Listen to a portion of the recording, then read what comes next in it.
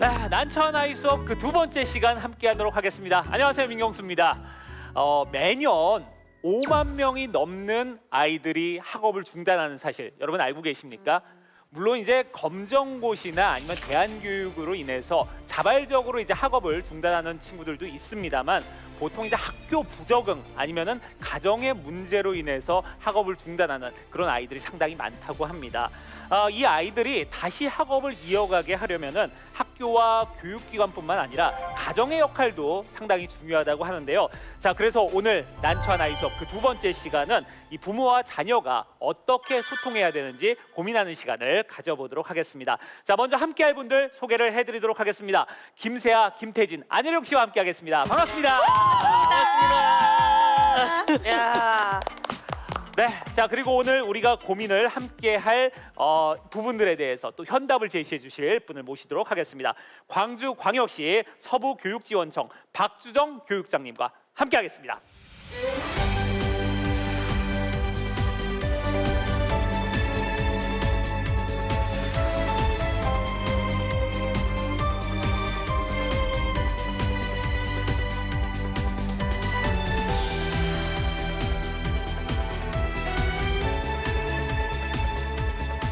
우리 아이들은 꾸준히 이 물을 주다 보면 성장할 것이라는 것을 기대하고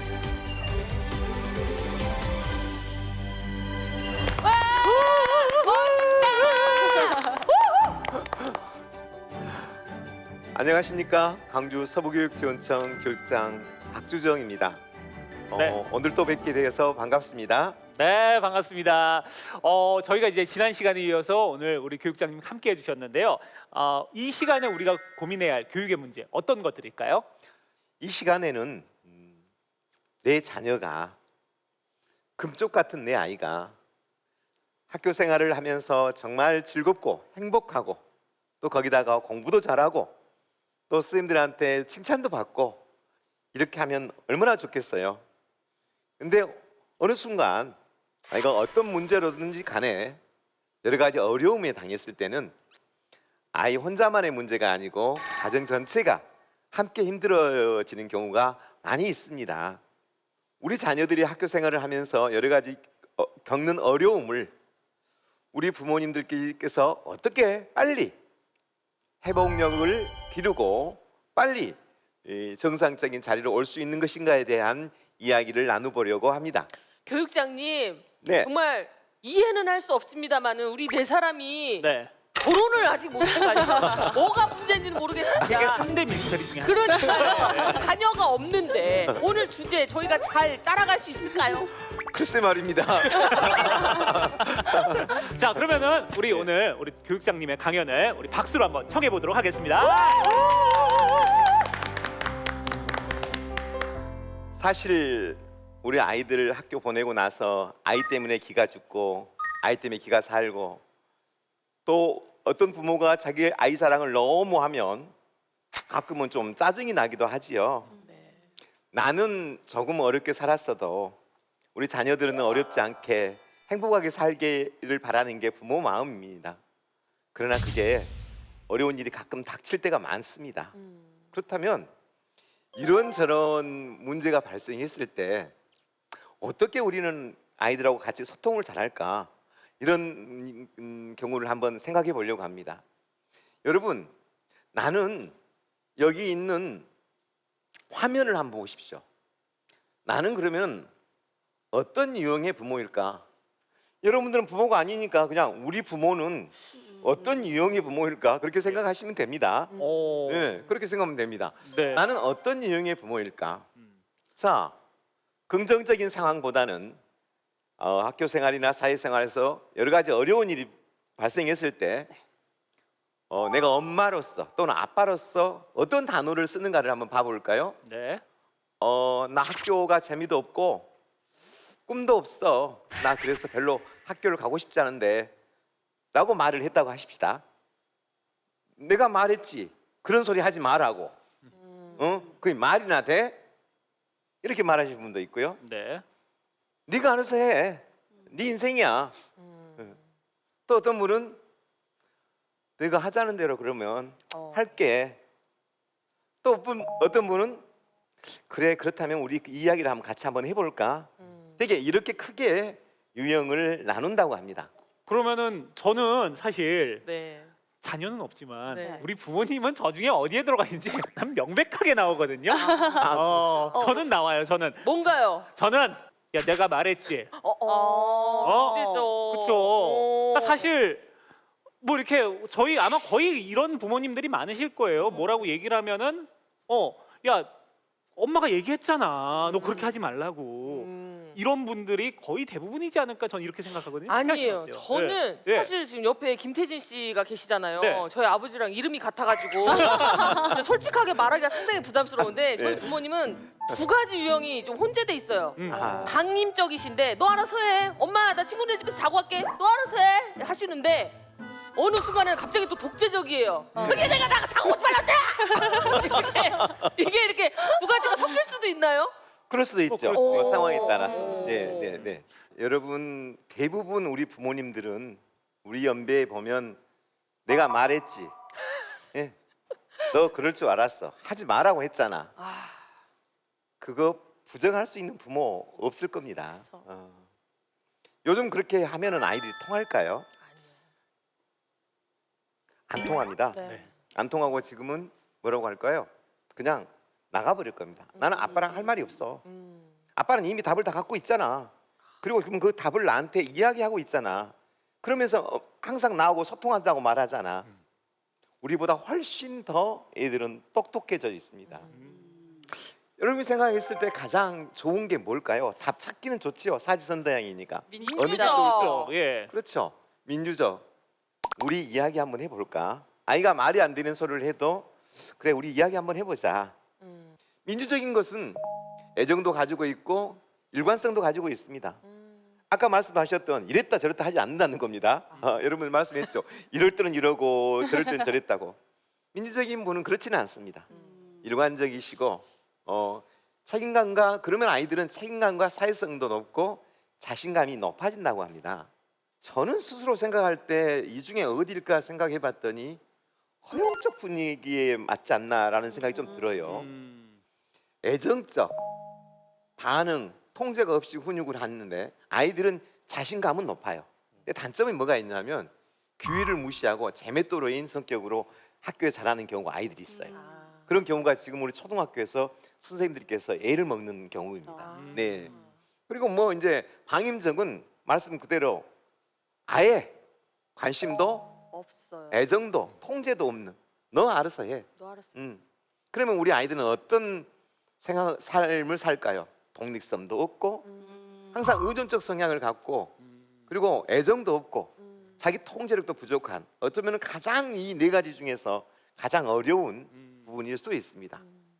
독재적은 엄격한 통제와 규율, 무조건적인 체벌을 하기 때문에 아이들이 부모를 쳐다보고만 있는 겁니다. 하라는 대로만 하는 거예요.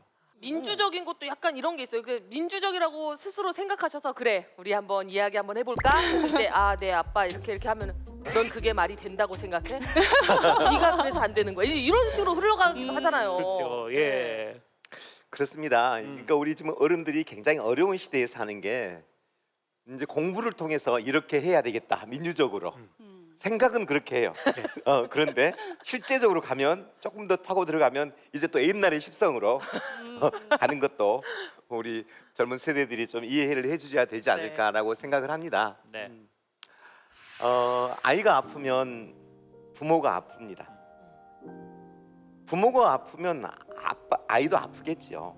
그러나 부모가 아프면 아이가 아픈 것보다 아이가 아프면 부모가 아픈 게 더 큽니다. 학교에서 이런저런 어려운 일, 뭐 학교 폭력이라든가 뭐 아주 안 좋은 이러한 일들이 벌어져서 상황이 발생을 했다. 그러면 부모와 자녀 당연히 상처받지요. 네. 그럼 여러분 학교 구성원은 상처를 안 받을까요? 크게 받습니다. 우리 학교 학생이 지금 다른 일로 어디에 연루가 돼서 잡혀가거나 하면은 담임 선생님은 학생 너 일이고 내 일이야 이렇게 생각할까요? 고민하기 시작합니다. 우리 교장 선생님은 그 아이가 더 나쁜 일을 해가지고 또 있으면 더 어떨게 할까 또 고민을 합니다. 그 반에 있는 친구들도 힘들어하고요. 또 그와 관계된 아이들은 또 걱정도 되고 불안도 되겠죠. 모두가 다 상처를 받게 됩니다. 그래서 우리는 이 시간에 가장 중요한 것은 이러한 상황에서 회복력, 빨리 탄력성이 있게 상처를 적게 받는 것, 빨리 곱지 않고 빨리 이겨낼 수 있는 것, 이것을 이야기해보자는 시간입니다. 그래서 지혜로운 부모의 문제 해결 원칙이 있습니다.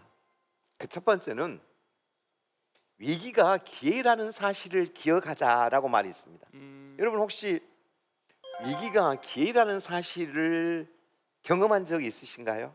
첫 수능을 이제 일명 망쳤다고 하죠. 정말 3년간 받아본 적이 없는 성적을 수능 날 이제 받은 거죠. 그래서 정말 부모님께도 못 보여주고 부모님은 애가 말이 없으니 막 답답해하시고 그러면서 아 내가 또 수능을 치를 수 있을까 하면서 이제 몇 달간을 진짜 그냥 집에서만 지낸 적이 있었는데 그때 저는 처음으로 내가 뭘 하고 싶은지에 대한 고민을 하고 방송을 하고 싶다라는 걸 그때 이제 깨닫고 예. 이제 새롭게 공부를 해서 예. 이제 재수를 성공했던 기억이 목표가 나요. 생겨서. 그 정말 예. 정말 큰 성장의 기회였네요. 네. 예. 그래서 예. 그때가 제일 좀 기억에 남는 것 같아요. 그렇다면 두 번째는 뭐가 있을까요? 그런 문제가 어려운 문제가 발견했을 때 지혜로운 부모의 문제 해결 원칙 두 번째는 어떤 상황이 발생했을 때 왜 때렸을까? 안 때리면 될 것을 라고만 생각을 하면 이 문제는 풀리지 않습니다.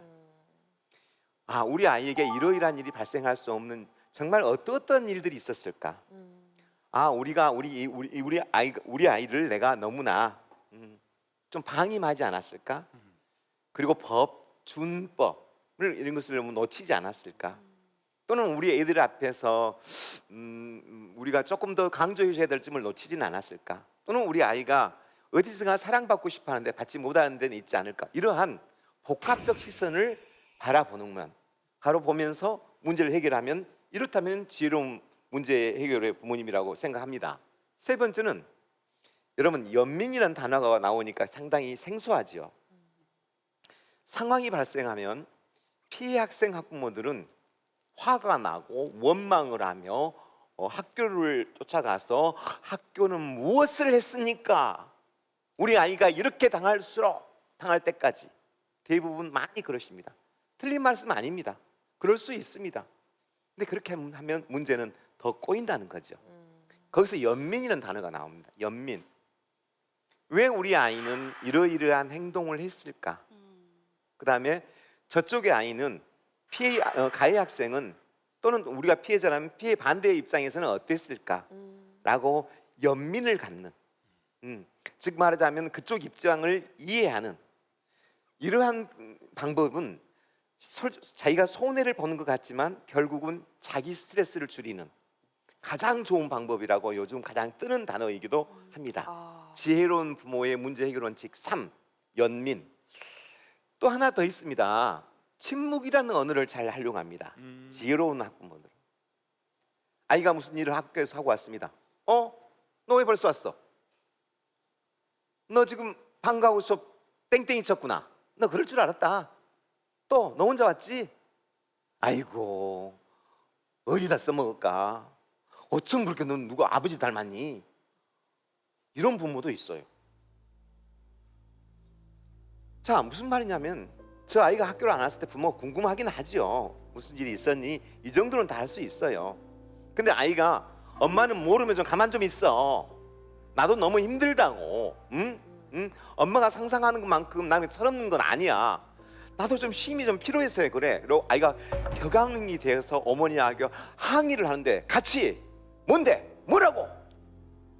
네가 지금 하는 말이 맞아 나한테? 그게 논리적으로? 논리적보다 더 중요한 게 있어요. 우리 아이가 많이 힘들어하구나. 그래 좀 시간 나서 이야기하자. 또는 들어주거나 그것도 아니면 침묵으로 아이 말을 들어주는 것도 하나의 방법입니다. 우리는 아이들과 많은 소통을 한다고도 하면서 부모님들은 소통하는 게 아니라 일방적인 이야기를 수없이 하면서 아이를 제압하고 있지 않는지 한 번쯤 생각해 보는 지혜가 필요하다고 생각합니다. 자, 우리 부모님들이 제일 많이 쓰는 학생들에게 쓰는 용어를 정리해 보았습니다. 초등학교 때까지는 공부를 잘하더니 왜 그러니? 많이 하죠? 네. 제 얘기, 내 얘기. 초등학교 때는 어, 다 진짜 내 얘기. 전교 1등 하지 않습니까? 난 영재였어 그때 당시에. 저는 올백 맞았어 올백. 네. 그러셨죠? 넌 왜 그렇게 공부 욕심이 없니? 언제쯤일까요? 중학교쯤? 네. 그쵸. 네. 예. 맞아요. 넌 왜 그렇게 공부 욕심이 없니? 내가 하고 싶은 일이 도대체 뭐야? 또 어떤 부분들은 뭐가 될래? 근데 네. 솔직히 하고 싶은 일을 얘기하면 거의 다 등짝 스매싱이었어요. 그쵸. 가고 싶어. 놀고 싶어. 학교 안 가고 싶어. 부모는 억장이 무너지는 단어죠. 그렇습니다. 제일 중요한 것은 뭘까요? 아이들이 꿈이 생기면 다른 게 필요가 없어져요. 맞아요. 누가 하지 말라기도 해요. 네. 근데 그 꿈을 찾는 것만큼은 우리 광주시 교육청에서 올해 코로나라는 이유 때문에 포기해서는 안 된다. 진로만큼은 방역을 철저히 하면서라도 예전에 전쟁 상황 속에서도 천막을 쳐놓고 공부했던 마음으로 아기들의 진학에 대한 진로에 대한 꿈에 대한 체험은 반드시 해줘야 된다라고 시작한 게 K명장이라는 진로 체험입니다. 여러분 이게 지금 K명장이에요. K명장은 이제까지 진로 체험 학습을 다 훌륭하게 잘 하고 있었지만 이 K명장은 아이들은 가장 어떤 분야에 제일 궁금해할까? 어떤 직장 등에 대해서 궁금해하고 뭐가 되고 싶어 할까? 라고 우리가 장학사님이나 교육장이 정한 게 아니라 학생들에게 설문을 했습니다. 너희들은 어떤 직업이 제일 궁금하니? 그래서 순위를 지었더니요. 첫 번째가 IT입니다. 드론. 의외죠, 여러분. 드론. 두 번째 방송. 오. 예. 두 번째가 이 게임. 아. 네. 그다음에가 뭡니까? 식문화. 식문화. 예. 그다음에가 자동차. 그다음에가 의류, 패션. 그다음에가 바이오 식품. 그리고 공예. 그리고 뷰티. 앱툰. 이런 순이었습니다. 오. 정말 여러분들이 생각하고는 정말 다르죠. 그렇죠. 여러분들도 네. 이제는 올드하다는 생각입니다. 우리 애들은요. 의사, 변호사 뭐 이런 거 별로 궁금해하지 않는 건 아니에요. 저 산업이 저러한 분야가 어떤 분야가 제일 궁금하다는 겁니다. 좋다. 궁금하다면 그 분야에 거장, 마이스터라고 그럽니다. 거장, 마이스터, 거장, 신지식인 이런 표현을 씁니다. 네. 이분들을 그 열 분야에 대한 명장들을 모셨습니다. 명장. 그 분야에서는 최고인 명장을 모셨습니다. 명인 명장하고 우리 이제 이 진로 체험을 할 학생을 뽑아야겠죠. 광주시 있는 학생들 다 못 해주니까. 그렇죠. 그래서 또 공모를 했더니 1분 만에 마감 끝. 우와. 1분 만에 여러분. 야. 그 뜻은 무슨 말입니까? 목말랐다는 거죠. 그렇죠. 누가 목말랐다는 거예요? 학부모가 목말랐다는 게 아니라 학생들이 목말랐다는 학생들이. 겁니다. 네. 1분 만에 저기 있는 10개 분야에 어머. 10개 분야에 10명씩 총 100명. 1분 만에 마감이 돼 버린 겁니다. 와. 마감이 돼 버리니까 제일 먼저 명장 한 명에 학생 10명. 그다음에 누구? 방역 지도자 한 명. 그다음에 진로 교사 한 명. 이게 한 팀입니다. 오. 그다음에 거기다 플러스 학부모까지. 네. 진짜 체계적이네요. 네. 왜 학부모를 넣냐면 아이가 나는 웹툰이 되고 싶어요. 그러면은 먹고 살 수 있대? 맞아요. 예. 이렇게 해버리면 당장 끝나버린 일입니다. 맞아요. 부모님 예. 생각이 바뀌지 않으면 예. 맞아요. 아이들의 생각은 의미가 없습니다. 그래서 우리는 부모님을 같이 하는 겁니다. 저 K명장 저 수업에 참여한 학생들, 네네. 저 학생들의 반응이 어땠는지 저 궁금하거든요. 학생들 반응은 그 모 방송국에서 인터뷰를 했는데요. 네. 우리가 어떤 어른들이 써준 문구를 거짓말로 읽는 경우와 자기가 말했었던 그 문구는 금방 알 수 있잖아요. 네. 뭐라고 말하면 이렇게 말합니다. 인생이 바뀌었어요. 어. 무슨 뜻이냐고 물으니까 내가 무엇을 해야 되는지를 알게 되었어요. 그럼 답이 나온 거죠. 나는 무엇을 해야 되는지를 알게 되었어요 라고 했다면 길을 찾은 겁니다. 그렇죠. 이 길을 찾게 해주는 것이 정말 중요합니다. 어느 때? 중학교 때. 중학교 때 적어도 어느 정도의 방향은 잡혀져 있어야만 맞아. 됩니다. 그렇지 않으면 고등학교 가서는 많이 헤매죠. 시간이 너무 촉박해요. 촉박하죠. 그러니까요. 네. 예. 그래서 정말 우리가 예전에 우리가 했던 진로의 교육은 얼마나 정말 엉터리였는지, 그로 인해서 얼마나 많은 사람들의 재능을 적재적소에 쓰고 있지 못하는지 안타까운 점은 있습니다. 근데 사실 뭐 이제 진로에 대한 고민은 사실 부모 입장에서는 두 번째인 것 같아요. 우리 아이가 지금 당장 학교 가서 잘 적응하느냐. 맞아요, 맞아요. 맞아요. 이 부분에 대한 고민이 이제 가장 크지 않을까 이런 생각이 제일 들거든요. 크죠. 솔직히 이제 코로나19 때문에 또 학교를 많이 못 갔잖아요. 그렇죠. 근데 막상 이제 대면 수업 한다고 가니까 적응이 잘 안 된다라는 친구들이 많거든요. 맞아요. 예. 이게 가장 큰 고민이 현재는 아닌가 싶습니다. 그렇습니다. 그래서 나는 이 표를 만들었습니다. 우리 아이가 균형이 무너지고 있다는 신호를 알아차리자. 자, 여기 여러분 약간 생소한 단어가 나왔죠. 균형. 그냥 어려움이 있다는 신호를 알아차리자. 우리 아이가 피해자라는 뭐 신호를 알아차리자 이러면 될 걸 왜 균형이라는 말을 썼을까? 균형이라는 것은 성적뿐만 아니라 모든 정서까지 다 표현하는 단어입니다. 즉 마음의 조화, 마음의 평화, 그리고 지금 자기가 가고 있는 길에서의 어떤 어려움, 이런 표현이라고 보면 될 것 같습니다. 균형이 무너지고 있는 이 상황을 우리 부모님들께서는 잘 보셨으면 좋겠어요. 그 아이들은 징후를 항상 보냅니다. 되게 보면 죽고 싶단 말을 잘 씁니다. 아유. 정말 부모님들은 왜 죽고 싶단 말을 정말 저렇게 쓰는지 힘들 때가 있죠. 죽고 싶다. 엄마 나 우울해. 그럼 뭐라고 해요? 네가 뭘 우울해? 엄마 네가 아빠가 있는데. 맞아. 아이고 뭐가 우울하기는. 엄마 나 성격 또 떨어졌어. 아 나 짜증나. 학교 가기 싫어요. 나 그냥 검정고시 볼래. 배가 아파요. 나 엄마 이번 수학여행 안 가고 집에서 쉬면 안 될까? 이런 이야기는 우리 아이가 지금 학교에서 균형이 무너지고 있다라는 징후라는 거예요.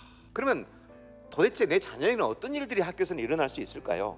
이런 일이 안 일어나야 되겠죠. 그러나 이제까지 교육청에서는 이런 일이 발생하지 않기 위해서 참으로 많은 노력을 했습니다. 어쩌면 십몇 년 동안을 교육청에서 제가 이 분야에만 있었기 때문에 저는 모든 정책을 교육부와 함께 같이 세웠다고 해도 과언이 아닙니다. 그럼에도 불구하고 왜 지금도 학교 폭력이 발생을 하고 자살이 발생하며 성폭력이 발생하고 학업 중단이 발생할까요? 아마 생각을 해봤습니다. 아마 전국에 이 학교 안전 분야에 대해서 17년 동안 한 장학사 장학관으로 근무한 사람은 전무할 저밖에 없을 겁니다. 제가 판단한 저로서는 학교만의 힘으로서는 이 문제 해결할 수 없다.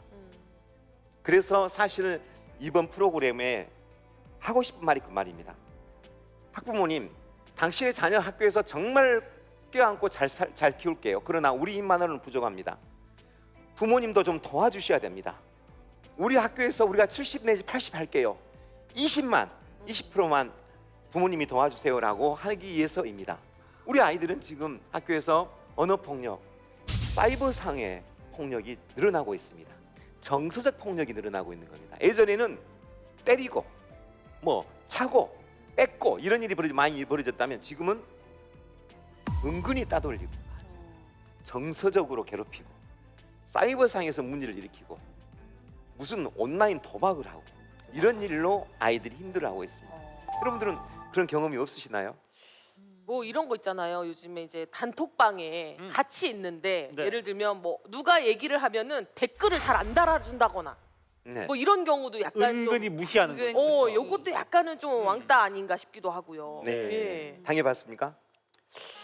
해본 것 같기도 하고 본인이 인지를 못하고 있다 보니까. 반성해야 되겠어요. 예. 근데 이런 것들이 언론에서 엄청 자주 나오잖아요. 이런 맞아요. 일들이. 근데 저희가 아무렇지도 않게 내 자식은 안 그러겠지. 네. 그런 생각들이 조금씩은 깔려 있는 것 같아요. 그러니까요. 맞아요, 이제 맞아요. 그거에 대해서 만약에 또 우리 애가 그렇다는 걸 거꾸로 또 생각을 하고 있으면은 부모 입장에서는 너무 화가 날 거. 맞아요. 예. 사실 제가 당해보진 않았지만 만약에 뭐 내 자식이 당했다고 생각을 한다면 아마 제가 만약 당했었더라면 저희 부모님도 가만히 안 계셨을 것 같고 그렇죠. 정말 저 같은 경우도 뭐 상황 파악 이런 거 없이 그냥 일단 학교를 찾아가고 볼 것 같아요. 근데 요즘에는 또 잘못했다가 오히려 일이 더 커지고 내 아이에게 더 피해가 가는 상황도 굉장히 많잖아요. 네네. 요즘에는 좀 어떤 식으로 대응을 하는 게 좀 좋나요? 그렇습니다. 아주 좋은 질문을 하신 건데요. 학교 폭력이 발생하면 이제는 무조건 조치를 해야 됩니다. 대부분 예전에는 학교에서 폭력이 발생하면 가해자 피해자 와 서로 사과해. 왜 그랬어? 너도 좀 잘못했구만. 너도 사과해. 그래 엄마도 오시라 했겠네. 둘이 좀 싸웠는데 어째요? 좀 용서 좀 해주시죠. 아이들은 크면서 다 싸우고 그러잖아요. 부모님도 그렇지 않습니까? 이게 옛날의 방식이에요. 지금도 그렇게 하는 방식으로 한다면 제일 먼저 다치신 분이 누구예요? 선생님이에요. 그건 그냥 은폐라고 해버려요. 은폐. 은폐가 아니에요. 그건 교육적 공간에서 지금 해결하는 방법인데 무슨 문제가 발생하냐면 학교 폭력을 인지했을 경우에 그것을 법적인 조치를 취하지 않고 그냥 놔두었을 때는 학교에다 문제를 책임을 전가시키는 거예요. 그러니까 학교에서는 아주 작은 일이라도 문제가 발생하면 작은 일이라면 선생님 어느 정도 작은 일일까요? 예를 들자면 한 아이가 지나갑니다. 야 찐따 잘 있어? 재밌어? 안녕? 장난이다 할 수 있어요. 친해요 둘이. 근데 그 아이가 저희가 나한테 요구를 하면서 찐따라고 하면서 놀렸어요. 물론 안녕 이거 폭력일까요? 아닐까요? 애매하네요. 친하다고 하니까요 또. 네. 네. 느꼈을 때 그래도 좀 뭔가 상처가 되면 맞아요. 폭력이지 않을까요? 그렇죠. 아. 선생님 어떠세요? 제 생각도 그런 것 같아요. 듣는 사람 입장에서는 그게 기분이 상하고 상처를 받았으면 그거는 폭력이지 않을까. 근데 또 이제 얘기를 한 친구 입장에서는 아우 야 친한데 우리 그 정도 장난도 못해? 뭐 이렇게 또 생각할 수도 있을 것 같고. 바로 그 지점입니다. 예. 그러니까 신문지상에 학교 폭력 건수가 막 1000건, 10,000건 막 나오면은 애들이 막 1000명 이상이 막 다투고 때리치는 건 그게 아닙니다. 그것도 한 건입니다. 그것도 한 건이에요. 아. 그러다 보니까 학교에서 이런 일이 발생하면 처리를 안 하면 안 되기 때문에 이걸 이제 법적인 처리 방법이 있습니다. 그래서 이 부분을 제가 학부모님들께 알려드리는 이유는 학교에서 이런 문제가 발생하면 이렇게 처리된다는 걸 알려드리는 게 정말 중요하기 때문에 관심 있는 학부모님들께서는 이것을 한번 캡처를 해둘 필요도 있어요. 자, 학교에서 폭력 사안 처리 과정은 어떻게 되나요? 우리는 학교에서는 그런 일이 발생하지 않도록 사전 예방 활동에 중심을 둡니다. 학생, 학부모, 교직원 대상으로 이러한 사소한 것도 학교 폭력이라는 이야기도 하고요. 네. 학교 폭력을 하면 이런 어려운 일이 생긴다는 것도 하고요. 또래 활동이나 예술 활동을 통해서 기분 좋게 만들어주기도 하고요. 또 싸우지 못하도록 CCTV라든가 이런 안전을 확보도 하고요. 또 가장 고생하신 분들이 학교 전담 경찰관입니다. 정말 열심히 학교를 돌면서 아이들을 도와주고 있어요. 이게 예방 활동입니다. 그런데 사건이 만약에 발생됐다. 초기 대응. 누가 알려줬다든가 누가 싸웠어요 했다든가 피해 학생이 나 저희한테 맞았어요라고 이야기를 하면 그걸 초기 대응이라고 합니다. 네. 그러면 학교에서는 사안 조사가 바로 들어가야 됩니다. 사안 조사를 통해 가지고 이것은 너무 경미해서 학교장이 자체 해결할 수 있을까 없을까를 따집니다. 가장 학교장이 어느 정도 인정해서 이 정도면은 학교에서 자체적으로 해결해도 되겠어라고 하지만 피해 학생 쪽에서 아니요 법대로 해요. 네. 나는 이거 인정할 수 없어요 라고 한다면 학교 폭력 대책 심의위원회라고 올립니다. 그건 학교에가 기구가 있는 게 아니라 강주의 동부 서부교육지원청회가 심의위원, 쉽게 말하면은 법률가, 경찰, 전문가 이분들로 모여져 있는 분들이라는 게 학교에서 일어났던 가해 학생과 피해 학생에 대한 일들을 전부 다 서류로 올립니다. 고소 고발한 것처럼. 그럼 거기는 심의위원들이 피해 학생 와서 이야기해 보세요. 가해 학생 와서 이야기해 보세요. 그 다음에 학교 측 입장 이야기해 보세요. 가해 학생은 퇴학을 시켜야 되겠네요. 가해 학생은 전학을 보내야 되겠네요. 가해 학생은 출석 정지를 보내야 되겠네요. 피해 학생은 보호 조치로 상담을 받아야 되겠네요. 이렇게 조치를 내리는 거예요. 이게 바로 소위 말하면은 학교 폭력이 발생하면은 조치된 내용입니다. 즉 학교에서 어떤 사건이 발생하면 신고를 하면 학교에서 인지하고 경미한 사안인 경우에는 학교장이 서로 간에 조정해서 학교에서 끝낼 수 있는 방법이 있고 그렇지 못할 때는 학교폭력 심의위원회로 올라가고 만약에 이 심의위원회에 올라간 내린 그 조치조차도 불복으로 하면 행정심판과 행정소송을 합니다. 행정심판이나 행정소송이 가면은 오늘 올리면 내일 결과가 나온가요? 안 나오지 않습니까? 학년을 넘어갈 때까지 있습니다. 그러면은 아이는 아이대로 부모와 부모들은 서로 골이 깊어지겠죠. 그래서 뭐가 중요하냐? 회복적 생활 교육이 필요하다는 겁니다. 좋습니다. 그러면 우리 아이가 가해자라면 어떻게 할까요? 만약에 우리 아이가 가해자라고 하면 여러분 이 5단계가 있는데요. 이걸 잘 들으세요. 제일 첫 번째 하는 방법이 내 자녀는 어떤 기분일까? 그 다음에 두 번째는 내 자녀가 그렇게 한 이유는 무엇일까? 세 번째는 이 일을 어떻게 해결할 수 있을까? 네 번째는 내 자녀의 학교, 만약에 이게 해결됐다면 앞으로 학교 적응은 어떻게 도울 수 있을까? 마지막은 나는 어떤 말을 할 것인가? 여러분 이게 수학 공식처럼 저는 이 문제를 이렇게 풀어왔습니다. 그러면 풀립니다. 자, 그러면 우리 아이들은 어떤 기분일까에 대한 답이 나왔네요. 처벌받을까? 비난받을까 걱정하고 공포심에 불안하고 적대적 행동을 할 수도 있어요. 가해자지만 네. 그리고 폭력이며 저항적일 수 있어요. 우리 아이의 기분은. 그러면 내 자녀가 그렇게 한 이유는 무엇일까요? 욕구 결핍이겠죠. 무엇인가 모르는 욕구 불만. 아까 어떤 분은 욕구 불만이면 뭘 많이 드신다면서요. 어떤 분이 많이 드신다고 하더라고요. 예. 또 무조건적인 허용. 정말로 무조건적인 허용을 하는 학생들은요, 정말 그런 경우가 정말 많아요. 가족 간에 잘 지내는 가족은 아이가 소통을 잘해요. 근데 아빠가 집에 들어가면 아이들이 그 바다에서 다니는 그 개 있잖아요. 그 개가 구멍 속으로 뽀로로 들어가듯이 자기 방으로 다 들어가 버리는 집. 그 집은 어려움이 있는 겁니다. 그러면 이 일을 어떻게 하면 해결할 수 있을까? 중요하죠. 이제 여기서 제일 중요합니다. 일단 내 자녀가 가해자하고 한다 할지라도 제일 먼저 무슨 단어가 나왔나요? 일단 위로해 줄 수밖에 없습니다. 그런 일이 있었구나. 너도 감정이 많이 상하고 아까 첫 번째처럼 지금 그런 걱정이 있지. 그래. 그럼 이 문제를 우리가 해보기 위해서 어떻게 할 것인가 하자. 그렇지만 하여튼 잘못한 건 잘못한 거야. 무엇이 중요한 걸 같아? 너는 어떻게 하면 이 문제를 잘 해결할 수 있을 것 같아? 몰라요.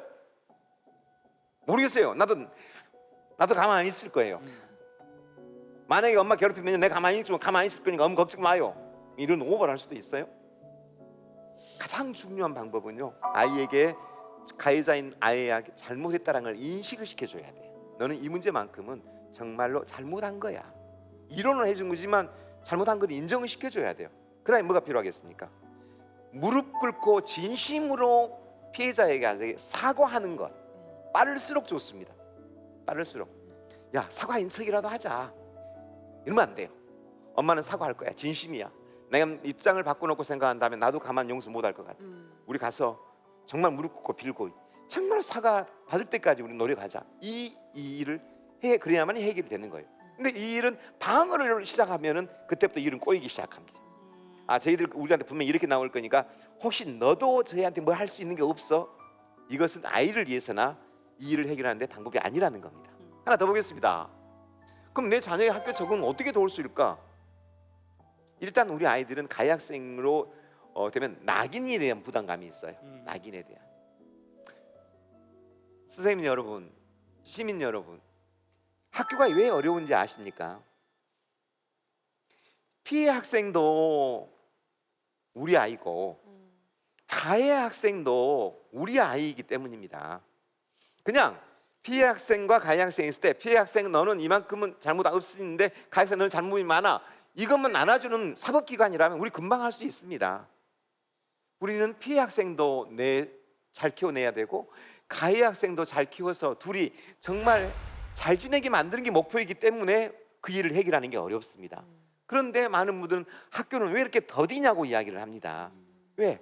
사람의 마음이라는 게 금방 용서가 되지 않고 그렇기 때문이거든요. 저도 이제 궁금한 게 그래요.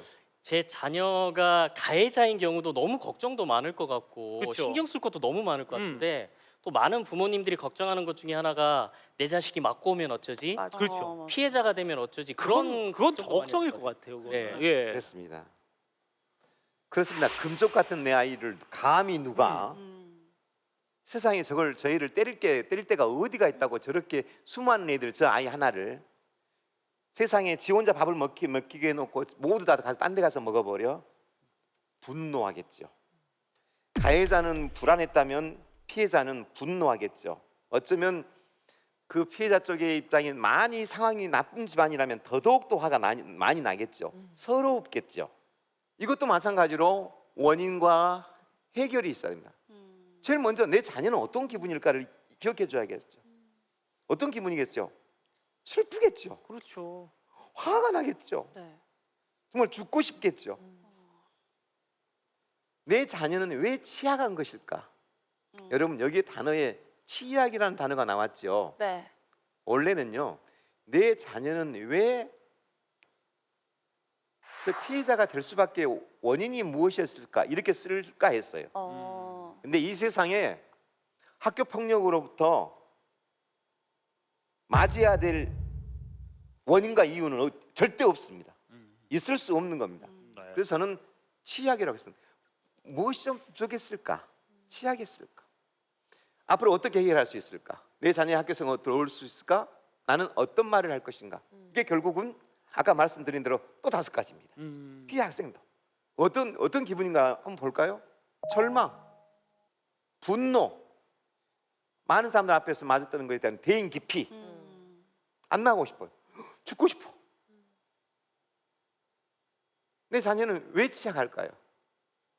낮은 존중감, 자아 존중감, 부정적인 자기 평가,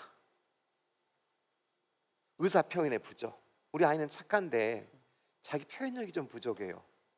또 그럼 앞으로 어떻게 해결할 수 있을까? 여러분 이 앞으로 어떻게 해결할 수 있을까요? 피해자인 내 자녀의 회복을 위해서는 부모가 어떻게 하고 우리는 서로 어떻게 해야 될까요? 여기가 제일 중요하죠. 일단 전문가의 도움이 좀 필요할 것 같습니다. 그렇습니다. 예, 일단 정신적으로도 좀 상담을 많이 해줘야 될 것 같고, 음. 그리고 부모님이 아무래도 좀 정서적인 소통을 많이 해줘야 될 것 같아요. 그렇습니다. 네. 네. 부모님이 그 어떤 일관된 목소리를 내주는 게 그게 저는 되게 중요하지 않을까. 네. 이랬다 저랬다 하는 것도 그렇게 좋지는 않을 것 같다는 네. 생각이 들거든요. 금방 네. 말씀하셨던 걸 꼭 기억해 놓은 이유가 있습니다. 그 기억해 놓으십시오. 일관된 지지. 언제쯤 나올까요? 제일 뒤에 나옵니다. 세상 모두가 너를 비판해도 가족은 내 편이야. 그 말씀을 해주신 거예요. 그리고 사건은 빠르게 마무리해 주는 게 좋습니다. 아이들 사건을 오랫동안 끌면서 법적인 책임까지 가면 서로 간에 힘들어집니다. 아이들은 그동안에 좋지 않은 습성을 배울 수도 있고 공부에 열중할 수도 없습니다. 그래서 이런 문제는 빠르게 사건을 마무리해 주는 게 좋다. 그리고 제일 중요한 거, 감정을 분출할 수 있는 승화 기능. 그걸 생각하지 마가 아니라 그것보다 재밌는 다른 어떤 거. 그걸 통해서 그걸 잊어먹고 다른 데 몰입하다 보면 그게 그렇게 중요치 않게 생겨요. 여러분은 그런 경험했죠? 언제 살다 보면 죽을 것처럼 힘들었는데 한숨 자고 나니까 별것이 아닌 것처럼. 그렇죠. 내 아이를 위해서 좀 이렇게 좀 해소를 하라고 두더지 게임기를 사주는 거예요. 거기 그 두더지의 얼굴에 태진 씨 얼굴을 붙여놓는 거예요. 뭐 그럴 수도 그렇지 있겠네요. 않을까요? 조금만. 아, 예, 예. 네. 운동. 네. 그다음에 뭐 스포츠 동아리, 그다음에 또 건전한 친구들 간의 어울림. 그리고 가장 중요한 것은 그 아이하고 빨리 잘 지낼 수 있는 부모님 간의 서로 간의 교류와 평화, 이런 게 중요하겠죠. 네. 그러나 그렇게 쉽지는 않더라는 거죠. 맞아요. 예. 네네. 이 아이들의 문제로 인해서 부모가 상처를 많이 받아요. 그렇죠. 가해자인 경우도 상처를 많이 받고요. 피해자인 부모도 상처를 많이 받아요. 아, 이건 나 때문에 일어난 일이야, 내 아이에게 라고 갖지 않도록 하는 것, 받아들이지는 말자. 자, 모든 행동에는 이유가 있다는 것을 우리는 기억을 하자. 모든 행동에는 이유가 있다. 세 번째는 스스로에게 질문을 던지자. 이 문제를 어떻게 풀까? 제일 중요한 것은 저 아이가 저렇게 된 것은 내가 이혼만 안 했어도 지가 아빠가 키웠을 텐데 지가 아빠 역할을 못 받아서 크나서 저희가 저러고 다녀. 부모가 할 수 있는 생각이실 수 있죠. 그렇죠. 저 아이는 용돈을 안 주니까 그걸 좀 남한테 얻어먹고 다니다가 왕따를 당했구만. 이런 것들 얼마나 부모 마음으로서 슬프겠어요. 그렇죠. 네. 그렇지만 부모가 아파버리면 아이는 더더욱 또 같이 아프면서 결과적으로 나오지 않는다는 거예요. 아까 뭘로 보자고요? 종합적인 것으로 판단하자. 그리고 지금 당장 해결할 수 있는 문제, 아까까지 5가지를 기억하자예요. 5가지. 피해자와 가해자 다 똑같아요. 단지 뭐만 달랐었죠? 단어, 여기는 천재는 없으시네요. 치약이라는 치약. 단어만 없었어요. 야. 시야. 그렇죠. 피해자에게 치약이라는 것만 있을 뿐 나머지는 피해자 가해자 똑같은 겁니다. 저는요 개인적으로 이제 뭐 그런 일이 발생하면 안 되겠지만 발생했을 경우에 부모하고 자녀가 이렇게 허심탄회하게 이야기하는 게 가능하면 좋겠지만 평소에 이렇게 감정을 잘 보듬어주지도 않았고 예를 들면 소통도 없던 부모가 어떤 사건이 발생함으로 인해서 갑자기 무슨 일이야 엄마한테 다 얘기해 이러면 또 자식 입장에서는 와닿지가 않을 수가 있어요. 이제 와서 왜 이래 나한테 관심이라도 있었어? 맞아. 그러면 이게 소통을 할 수가 없거든요. 예. 이럴 경우에는 좀 어떤 기관의 도움을 좀 받아야 될 것 같거든요. 아니면은 이제 어떤 부모님은 일단은 자기 자식이 이제 그런 잘못을 막 가해자라고 하면은 훈육부터 하려고 이제 해서 맞아요. 너 내가 어디 가서 너 그러고 다니지 말라고 그랬지. 너 때문에 엄마가 속상해 죽겠다고 막 이러면서 해서 예, 내가 예. 동네를 다닐 수가 없어. 맞아. 막 이렇게. 그러기도 하고 아빠들 입장에서는 그러면서 또 회초리를 들면은 또 그게 또 더 역작용이 그쵸, 나는 그쵸. 맞아요. 거고. 예. 해초리는 법으로도 못하게 돼 있습니다. 그것은 아동 학대입니다. 그래서 해초리라는 이야기, 해초리를 들고 우리 그렇죠. 학교 다닐 때 정말로 자기를 사랑해서 정말로 잘했는데 엇나가니까 선생님이 이렇게 울면서 때렸을 때 그 아이가 선생님 원망하면서 고사를 했을까요? 안 했어요. 마음 아니까. 근데 생전 관심 한 번 안 가졌다가 자기 기분 나쁘니까 때린 선생님이 있다면 기분 나쁘죠. 맞아요. 마찬가지예요. 금방 말씀하신 것처럼 그래서 오늘 광주광역시 교육청에 학부모 지원을 해서 그런 어려움이 있을 때 저보다 100배, 1000배, 만배의 전문가들이 구성되어 있는 광주광역시 교육청 학부모 지원센터 이 홈페이지를 제가 지금 소개하는 거예요. 여기에 들어가면 어떤 내용이 있냐면 학부모 온누리 유용한 사이트 그리고 거기에 강사 인력, 학부모 교육 학교 참여 그리고 맞벌이 부모들을 위한 찾아가는 학부모 교육 또 온라인 교육 이런 것들이 여기가 다 들어있는 거예요. 그러니까 이 내용을 보고 좀 시간이 정 없으시면 한 번만 보면은 깨달을 수 있는 이야기들이 너무나 많이 들어있다는 거예요. 사실 이 가정에서의 교육도 저는 상당히 좀 중요하다는 생각이 드네요. 네. 예. 진짜 말이 중요한 것 같아요. 네. 예를 들면 정말 말 한마디에 천냥빚도 갚고 네. 말 한마디에 정말 꺼져가는 생명도 살릴 수가 있잖아요. 네네. 약간 자식에게 얘기할 때 정말 좀 더 따뜻하게 얘기해 주는 게 참 중요한 것 같아요. 예를 들면 문제를 일으켰을 때 막 이제 무서운 부모님 같은 경우에는 나가 너 없는 자식 치면 돼. 아니 이게 그죠? 그게 무서워서 또 부모님하고 얘기 안 맞아요. 하려고. 맞아요. 예, 너 무슨 일 있니? 그러면은 아니 아무것도 아니야 그냥 이러고 넘어가고. 그리고 일 커지고. 그렇죠. 맞아요. 예, 그러고 나면 이제 부모님이 아 왜 그때 말을 안 했어? 이렇게 또 얘기하기도 맞아요. 하시고. 말할 수 있는 분위기도 안 만들어지고. 맞아요. 맞아요. 예. 그러면 이제 부모님들이 뭔가 이제 또 어떤 그 해야 되는 어떤 그 역할들 이런 것들이 좀 필요하지 않을까 이런 생각이 들어요. 그런 것들도 좀 정리해 그렇습니다. 주시면 좋을 것 그래서 저는 오늘 이제 마무리하는 시간으로 네. 제 나름대로 8가지를 부모님들에게 좀 말씀을 드리고자 합니다. 네. 차별해가지고 좋을 것은 이 세상에 하나도 없습니다. 차별해가지고 너희 형 학교 다닐 때는 엄마는 학교 가보도 안 했어. 어? 나 너 때문에 지금 몇 번을 학교를 갔는지 알아? 학교에서 전화만 오면 가슴이 쿵쾅거려. 나 학부모회도 못 나가 창피해서. 너는 도대체 왜 그러는 거야? 너 그 형 한 것 좀 봐. 라고 말하면 동생이 깨달았습니다 어머니. 인정부터 형처럼 그렇게 하도록 하겠습니다. 어머니 내가 이때까지 그걸 몰랐네요. 그렇게 할까요? 절대 안 하죠. 엄마 형하고 살아. 그러니까 나는 원래 그래. 차별해서 좋을 게 하나도 없다라는 거 명심해야 될 것 같습니다. 칭찬을 많이 해주란 말 진부한 것처럼 들립니다만은 정말로 저 말은 좀 중요한 것 같아요. 그렇게 말을 잘 안 들은 내 둘째 아이가 이 말을 들으면 싫어할 건데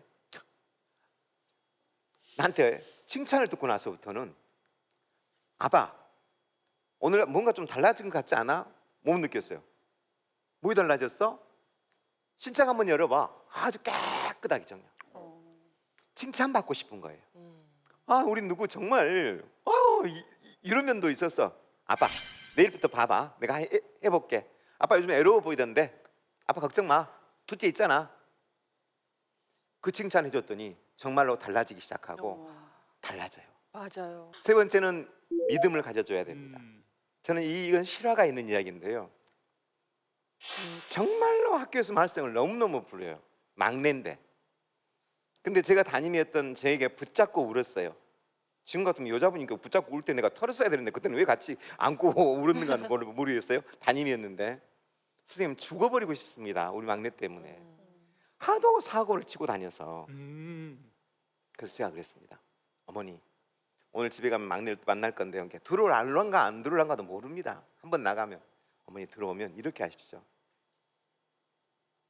아들아, 너가 아버지는 어디에서 다니다가 퇴직 당해버렸고 너그 큰형은 지금 군대 가갖고 있고 너그 작은 누나는 대학도 못 다니고 어디서 다니니까 뭐 하러 다닌다고 돌아다니고 막내인 니는 이렇게 나를 괴롭히니 엄마도 이제 내 인생 살란다. 이제 다 알아서 살아라. 내가 이제 나도 내 인생 살아야지. 나 이제 그만 살란다. 라고 아들에게 말하면 아들이 정신을 차리겠습니까? 그때는 마지막 있는 어머니 끝마저 놔버리고 가버립니다. 그래서 부모입니다. 어머니 이렇게 한번 해보세요. 안 되더라도 연습을 해보십시오. 아들아, 너가 아버지는 강제 퇴직을 당했다. 그 당시 IMF 때. 그러나 아침에 일어나가서 하는 게 뭐냐면 퇴직을 모아서 지금 그렇게 부지런히 성실하고 살고 있는 아버지다. 너그 형은 군대가 있으면서도 도와주지는 못할 만큼 늘 편지를 쓰면서 엄마를 위로해주고 있더라. 형편이 안 좋아서 지금 대학은 못 갔다마는 대학 가려고 너그 누나도 지금 어디선가 열심히 일하고 있어. 나는 내 막내 아들이 지금 너 일로 인해서 내가 학교를 몇 번 불려다닌다마는 나는 믿는다. 우리 아들 언젠가 이 엄마 이해해서 내가 기쁜 날 올 거라고 믿는다. 아무리 너가 나를 그런다 할지라도 나는 너 절대 포기하지 않아. 그리고 한 번만 안아주라고 그랬어요. 한 번만. 여러분 그걸 해보면 되나요? 벌써 주술에 걸린 것처럼 한 번만 해보라고 그랬어요. 주술에. 그렇게 하려면 아마 저한테 욕해 부리고 나가버릴 건데요. 그러면 붙잡고 울면서라도 꼭 하라겠어요. 여러분 3일 후에 왔어요. 어머니. 그 아이도 학교를 나왔고요. 안고 그렇게 하겠더니 아이가 엄마를 안고 1시간을 펑펑 울더래요. 그러니까 아이는 아이의 마음이 있어요. 근데 힘들고 어려우니까 살려달라고 덧나는 건 표현을 하고 있는 것뿐이에요. 그런데 마지막 보리는 엄마가 끝까지 않고 포기하지 않겠다. 나는 너 아들 지금은 힘들지만 난 절대 포기하지 않아. 이 말에 아이는 1시간을 펑펑 울었다고 합니다. 엄마 아버지는 맨날 싸우고 집에서 술 먹고 이렇게 누워서 배 이렇게 긁으면서 애들이 학교 갔다 오니까 공부 열심히 했냐? 안 해? 공부밖에 없어 안녕하세요? 그럼 그 아이가 네 아버지처럼 배 안 끄고 열심히 공부하겠습니다. 하겠어요? 그렇지 않겠죠. 본이 되어주는 겁니다. 저는 어디 가서 강의할 때 학부모님들한테 그럽니다.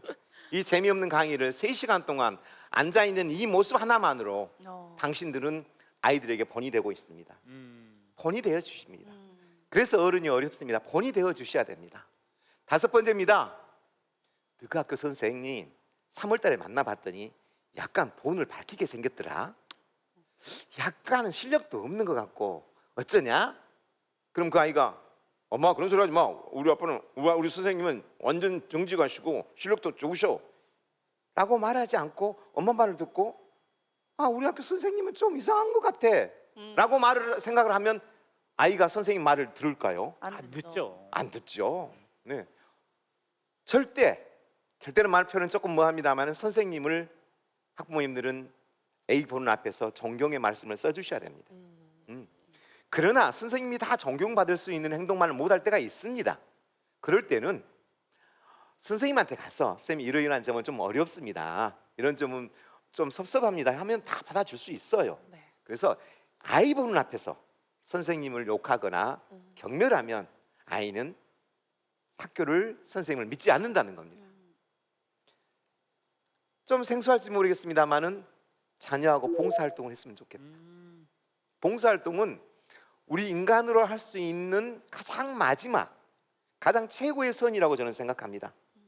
봉사활동을 하면 그냥 안마만 하는 남을 조금 도와주는 봉사가 아니에요. 결국은 자기 자신이 성장하는데 너무나 큰 봉사입니다. 그런데 누구랑 같이? 가족과 함께, 자녀와 함께, 엄마와 함께, 아버지와 함께 그 봉사활동을 한 아이들은 확실히 마인드가 다릅니다. 이제는 실력이 중요한 세상이기도 하지만 남들과 잘 어울리고 배려하고 남들과 잘 소통하는 사람이 잘 산다고 합니다. 그렇습니다. 그거의 결정판이 자녀와 봉사활동을 통해서 저는 한번 했으면 좋겠다는 생각을 부모님들께 말씀을 이야기합니다. 희망을 이야기해 주시라는 이야기. 아들아, 지금 좀 힘들다. 이겨낼 수 있다. 그래, 공부 성적이 좀 떨어졌다고 너무 힘들어하지 마라. 솔직히 말하면 엄마하고 아빠하고 대학 다닐 때 F가 여러 개 있어. 걱정 마. 공부가 다 아니야. 이런 정도의 부모에게 희망을 이야기하면 됩니다. 이제 마지막 이야기를 저는 마무리하려고 합니다. 결대로 키우자. 이 말이 부모님 말씀에 닿을지 안 닿을지 저는 모르겠습니다만은 결대로 키우자라는 이야기는 자기 소질과 재능에 맞게 키우면 부모님도 키우는데 재미가 있고 아이도 즐겁습니다. 근데 우리들의 가치관을 갖고 있는 그 직업에 맞춰서 아이를 가르치다 보면 아이도 힘들고 부모도 힘듭니다. 그리고 아이도 행복하지 않습니다. 타고난 탤런트가 다 있습니다. 그러면 그걸 누가 발견할 거냐고요. 우리 교육청에서 학교와 함께 재능을 발휘를 위한 여러 가지 프로그램을 운영하겠습니다만은 부모님들께서도 세 가지를 하셔야 됩니다. 첫 번째, 지금 만약에 우리 아이가 초등학교 3학년이라면 이 아이가 직업을 가지려면 중학교 3학년, 고등학교 3학년, 대학교 4학년, 군대 2년 내지 3년 앞으로 아주 먼 후의 직업입니다. 지금에 있는 직업이 그때까지 존재한다는 보장도 못합니다. 그래서 첫 번째, 앞으로의 세상은 어떻게 변할 것인가에 대한 관심도 가지시고, 두 번째는 우리 아이들과 대화하는 방법. 교육청에서 연수 정말 많이 합니다. 그거 연수하는 데 가서 듣고 배우는 것만으로 아이한테 실행하면 우리 자녀와의 관계 금방 좋아집니다. 그래서 저는 이번 기회를 통해서 우리 부모님께서 정말 내 자녀를 사랑한다면 제가 꼭 여러분께 말씀드린 콩나물 교육이라는 콩나물시루 가정교육법 8개명을 말씀드려 봅니다. 콩나물 교육을 이야기를 한 이유는 여러분 예전에는 콩나물을 키울 때 큰 도관에다가 밑에 물을 넣고 물을 주면서 콩을 키워가는 겁니다. 그렇죠? 맞아요. 여러분 아세요? 네. 그러면 연식이 상당히 되신데 시골에서 키워 먹었거든요. 그렇죠. 그러면 또 이렇게 또 하면 다 쏟아지지만 또 부어주고 그렇습니다. 또 부어주고. 그렇습니다. 네. 근데 콩나물에 이렇게 물을 주다 보면 처음에는 잘 안 커요. 그러면 이게 썩었나 보너도 썩지는 않았어요. 그런데 꾸준히 물을 주다 보면 콩나물은 언젠가 무럭무럭 끓어오른 걸 봤습니다. 우리 자식들도 마찬가지입니다. 지금 조금 힘들지만 우리 아이들은 꾸준히 이 물을 주다 보면 성장할 것이라는 것을 기대하고 끈을 놓지 말고 정성을 다해 주실 것을 부모님께 약속드립니다.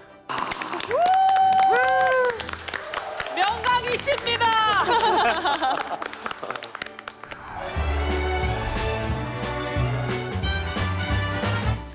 네, 교육대전환 특별기획 3부작 난처한 아이 수업 오늘 그 두 번째 시간으로 광주광역시 서부교육지원청 박주정 교육장님과 함께 얘기 나눠봤습니다. 교육장님 고생 많으셨습니다. 잠깐 네네. 해보시겠습니다. 네. 자, 교육장님, 네. 이제 광주광역시 교육청이 또 지금 오늘 말씀해주신 것처럼 이제 학생과 학부모를 위해서 앞으로 이제 어떤 일들을 좀 해 나가면 좋을까요? 네, 저희들은 학부모님들과 교육은 동반자라고 생각을 합니다. 그래서 이제까지 조금 느슨했다면 이제는 더 적극적으로 학부모님과 소통할 수 있는 곳에 노력을 더 해야 될 것이라고 생각을 합니다. 네. 그리고 그분들에게 좀 더 편리하게 모든 것을 이용할 수 있도록 네. 개방하고 또 홍보할 수 있도록 노력해야 될 것 같습니다. 그래요. 자, 콩나물시루 가정교육법 8개명 요것만 좀 잘 실천해도 아마 위기 상황 속에서 우리 자녀들과 부모가 상처받지 않고 소통할 수 있지 않을까 이런 생각이 드네요. 자, 교육대전환 특별기획 3부작 난처한 아이 수업 두 번째 시간 여기서 이제 마무리 짓도록 하고요. 저희는 또 다른 주제를 가지고 다시 찾아뵙도록 하겠습니다. 자, 여러분 고맙습니다. 수고하셨습니다. 수고하셨습니다.